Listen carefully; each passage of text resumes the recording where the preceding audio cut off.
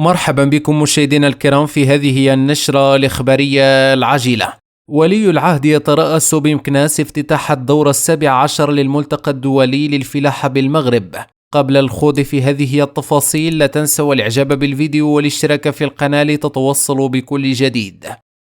وفي التفاصيل ترأس ولي العهد الأمير مولاي الحسن اليوم الاثنين بمشورة الستينية سهريج السواني بمكناس حفل افتتاح الدورة 17 للملتقى الدولي للفلاحة بالمغرب، الذي ينظم تحت الرعاية السامية للملك محمد السادس من 21 إلى 27 أبريل الجارية تحت شعار الفلاحة والعالم القروي، الماء في قلب التنمية المستدامة.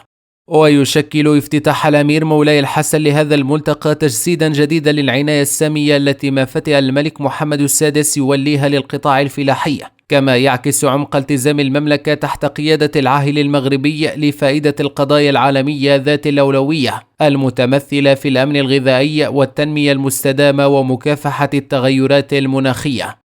ولدى وصوله للملتقى استعرض ولي العهد الأمير مولاي الحسن تشكيلة من الحرس الملكي أدت التحية قبل أن يتقدم للسلام عليه وزير الفلاحة والصيد البحري والتنمية القروية والمياه والغابات ووالي جهة فاس مكناس ورئيس مجلس جهة فاس مكناس وعامل عمالة مكناس ورئيس مجلس عمالة مكناس ورئيس المجلس الجماعي لمكناس ورئيس جماعة المشور الستينية. كما تقدم للسلام على ولي العهد الأمير مولاي الحسن رئيس الغرفة الجهوية للفلاحة فاس مكناس وباشا المشور الستينية ورئيس وأعضاء مجلس إدارة الملتقى الدولي للفلاحة بالمغرب ومحتضني الملتقى، ورئيس فيدرالية غرف الفلاحة ورئيس الكونفدرالية المغربية للفلاحة والتنمية القروية والمندوب العام للملتقى بالنيابة.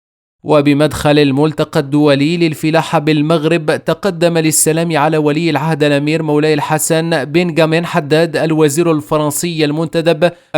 الفرنسي المنتدب المكلف بالشؤون الخارجية والأوروبية، الذي تحل بلاده ضيف شرف على هذه الدورة، وشخصيات تمثل البلدان الأجنبية المدعوة: أنغولا، بنين، إفريقيا الوسطى، كوت ديفوار، إسواتيني، العراق، ليبيريا، مالاواي، أوغندا، فلسطين، ساو تومي وبرنسيب وجنوب السودان، وكذا الشركاء في التنمية: منظمة العالم الإسلامي للتربية والعلوم والثقافة إيسيسكو، والمنظمة العربية للتنمية الزراعية، والمجلس العالمي للمياه. إثر ذلك زار ولي العهد الأمير مولاي الحسن قطب جهات قبل أن تؤخذ لسموه صورة تذكارية مع رؤساء مجالس الجهات. كما قام ولي العهد الأمير مولاي الحسن بزيارة أروقة ماء وري وبحث وابتكار بجناح وزارة الفلاحة والصيد البحري والتنمية القروية والمياه والغابات، وجناح مجموعة المكتب الشريف للفوسفات. كما قام ولي العهد الأمير مولاي الحسن بزيارة أقطاب الأطراف الراعية والمؤسسات والصناعات الغذائية والقطب الدولي والفلاحة الرقمية والطبيعة والبيئة والآلات والمنتجات المجالية ومدخلات الماشية وتربية الماشية. ويعرف الملتقى الدولي للفلاحة بالمغرب المقام بساحة سهريج السواني ويمتد على مساحة تبلغ 12.4 هكتار مشاركة 70 دولة مع استضافة فرنسا كضيف شرف، وهو اختيار يعكس العلاقات الجيدة بين البلدين والدينامية التي تميز التعاون الثنائي.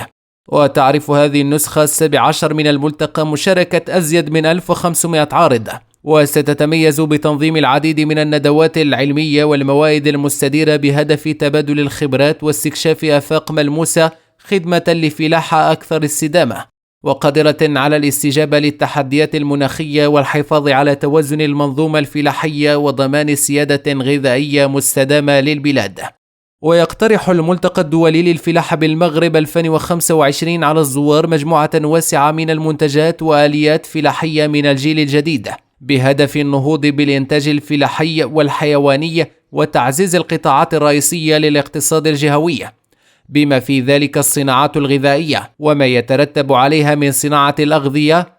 وعلى مر الدورات نجح الملتقى الدولي للفلاحة بالمغرب في أن يكسب رهان التموقع كموعد لا محيد عنه للقطاع الفلاحي بإفريقيا، ومنصة متميزة للقاءات وفرص الشراكة بين مختلف الفاعلين في المنظومة.